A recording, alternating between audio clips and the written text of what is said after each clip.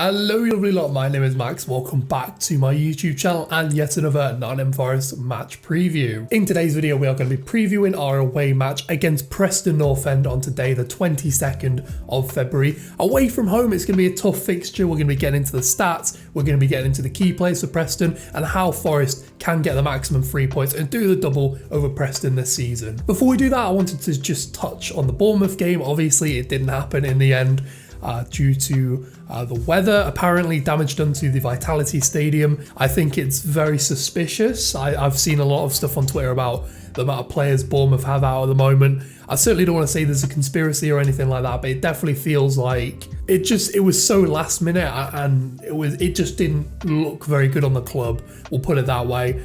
Obviously I'm gutted for the fans who made the trip down to Bournemouth. I know a lot of them took days or half days off work, which, you know, in this current environment isn't ideal to be taking time off work and losing out on money.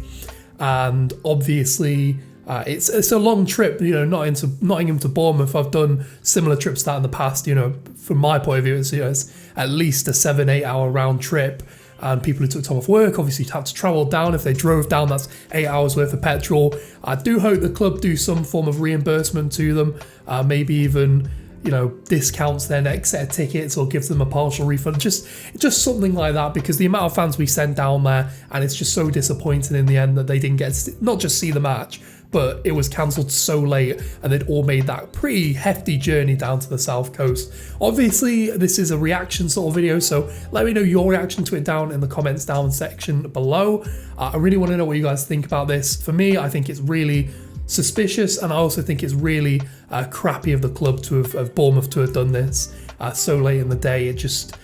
It was so unnecessary with the amount of travelling that they knew the fans had to do to get down to the south coast. But again, let me know in the comment section down below and we'll see if we can spark some conversation about it. And that lack of game time has seen Forest drop down to 9th in the championship table, although of course now with a couple of games in hand. And a win would very much bring us back up into contention for the playoffs, with I would say about 7 or 8 teams within 5 points of each other in the sort of 6th to sort of 12th, 13th space positions, including our opponents today, Preston North End. Preston will be kicking this game off at the time of recording at least in 12th, but are only 5 points off of 6th place in the playoffs, and are coming into this in a decent run of form, having only lost once in their last 5 games, their last game against Reading. Before we dive into the tactics, let's take a look and see what's going on with Preston so far this season. Following a pretty respectable 13th place mid-table finish last season, Preston are looking to push on after a real set of consistent finishes in the championship, including a 7th place finish under Alex Neil since they returned to the league in 2015.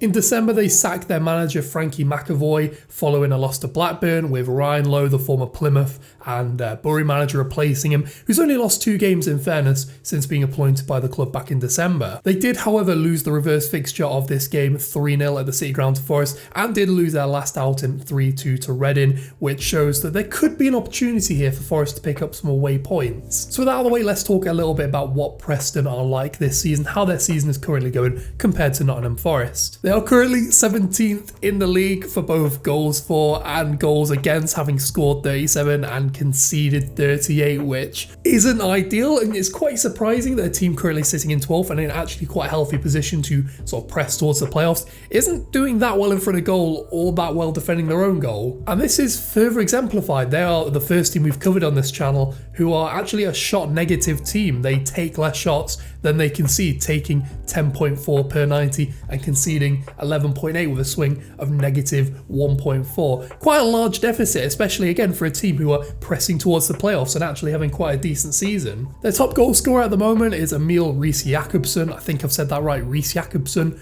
with 12 goals in the league and I think 16 in all competitions.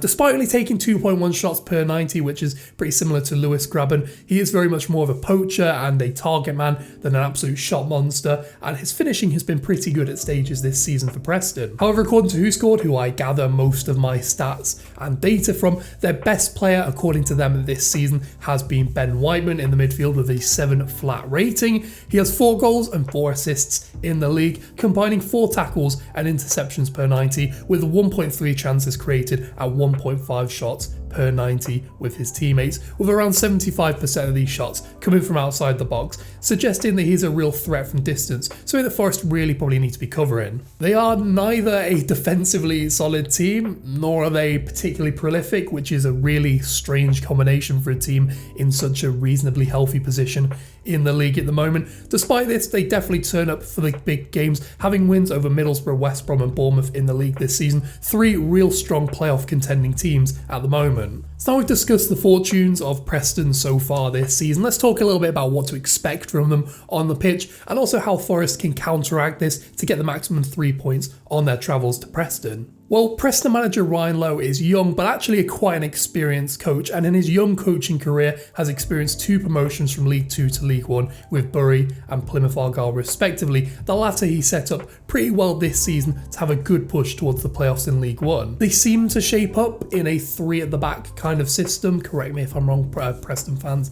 I've been wrong before, including Liverpool loanee Sepp Vandenberg, who has had a really solid start to his career in England, having a really good loan spell with Preston at the moment, with his technical ability really useful for build-up, particularly down that ball-dominant side for Preston and in the wide areas, as he completes the 3rd most passes in the Preston squad per 90. Usually it seems as if 2 midfielders will then sit in front of the back 3, with the aforementioned Ben Whiteman sitting in front of the defence and acting in part of that double pivot, where one anchors and one pushes forward to aid the attack, which seems to be where Whiteman really flourishes. He's a pretty solid defender, and his box-to-box abilities for Preston have been gone pretty under the radar for them this season. They seem pretty flexible in playing a front 3 and a front 2 with a number 10 sitting behind them. Reece Jacobson seems to be the main consistent in that front line, although other forwards have really dovetailed pretty well with him, including Sean Maguire, a really good example of a very quick forward whose ability to stretch defences helps to create space for his strike partner Reece Jacobson. Width is provided then by the fullbacks, who are definitely able to push high and wide when necessary, get balls into the box for one of the more aerially dominant teams in the Championship at the moment, particularly down the left-hand side where Preston are probably at their best, with around 42% of their touches coming down this area. That being said, Preston are not the best at holding on to possession.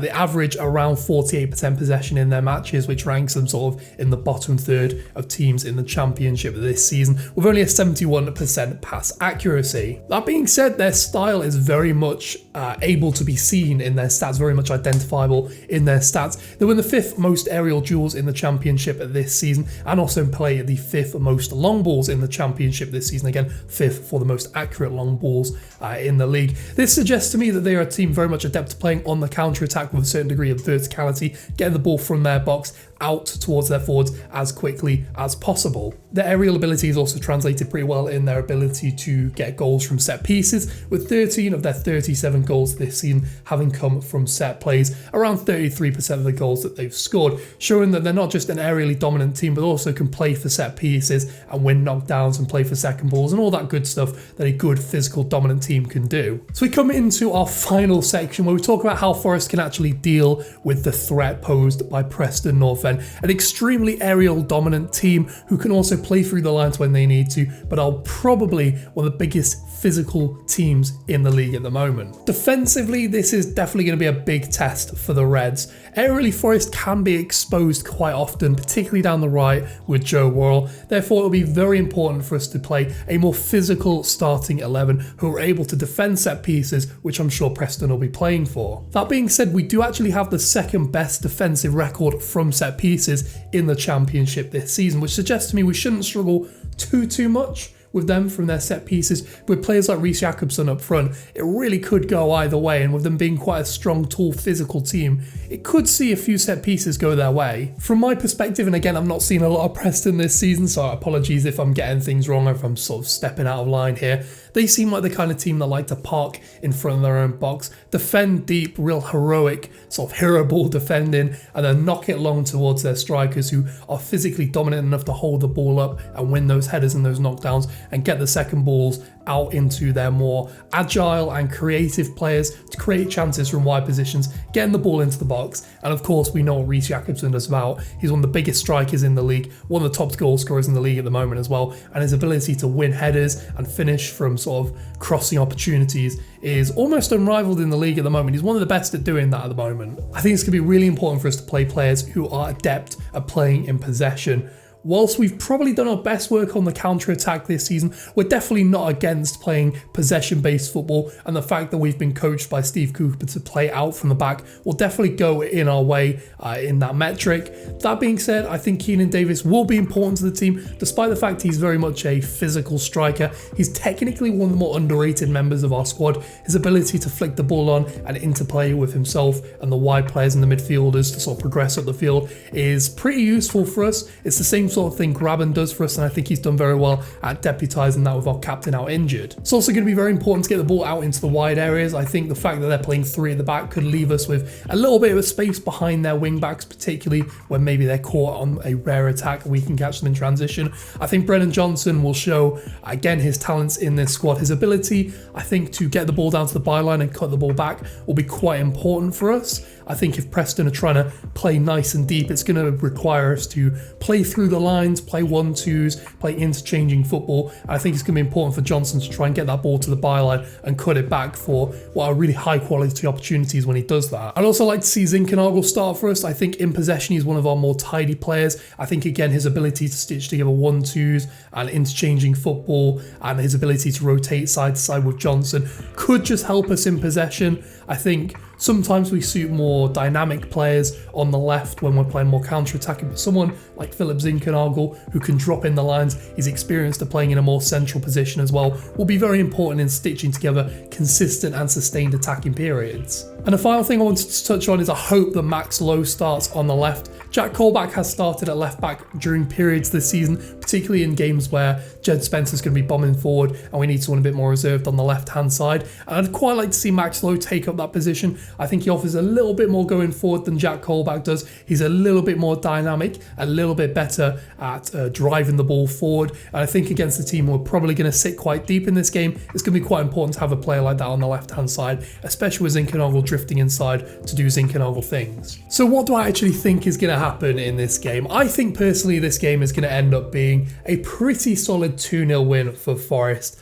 Whilst Preston are in a decent run of form at the moment and are actually a pretty decent side in their own right who are pushing towards the playoffs, of course, like we mentioned earlier, only 5 points off 6th place, I do think we possess a little bit more quality in the final third than them and a little bit more quality defensively. In the midfield, it could go either way. I think they've got some really talented midfielders. I do really like Ben Whiteman, and up front, I really do like Reece Jakobsen.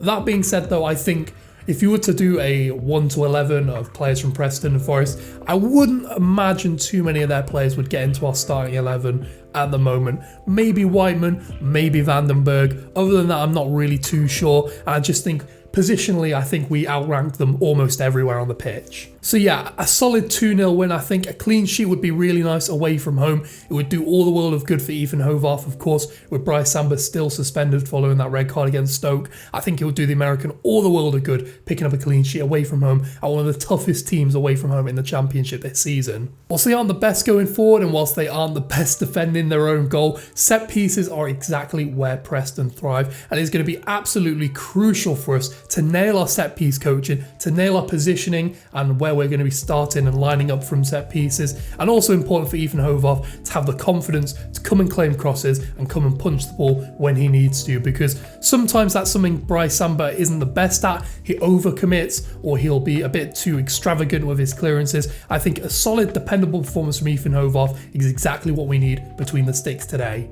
But let me know what you think. Where do you think this game is going to end up being between Forest and Preston? Do you think we're going to pick up the 3 points and head towards the playoffs and maybe even finish the day in a playoff position? Or do you think Preston are going to upset us and continue their race towards the playoff in what is turning out to be one of the more exciting ends of the season I can remember in a very long time? There are genuinely 6, 7, 8 teams who are within contention of finishing in the playoffs this season. Of course, the answers to those, as always, should go down in the comments section below. If you did enjoy this video as well, don't forget to drop a like on this and drop a subscribe as well whilst you are down there. My social media is also at MaxDJ for both Twitter and Instagram. If you want to follow me there, I usually give my thoughts on matches in those places, and also it's the best place to find out when new videos are going live. With that being said, thank you so much for watching. Hope you enjoy the game tonight. Enjoy the rest of your week. I will catch you later.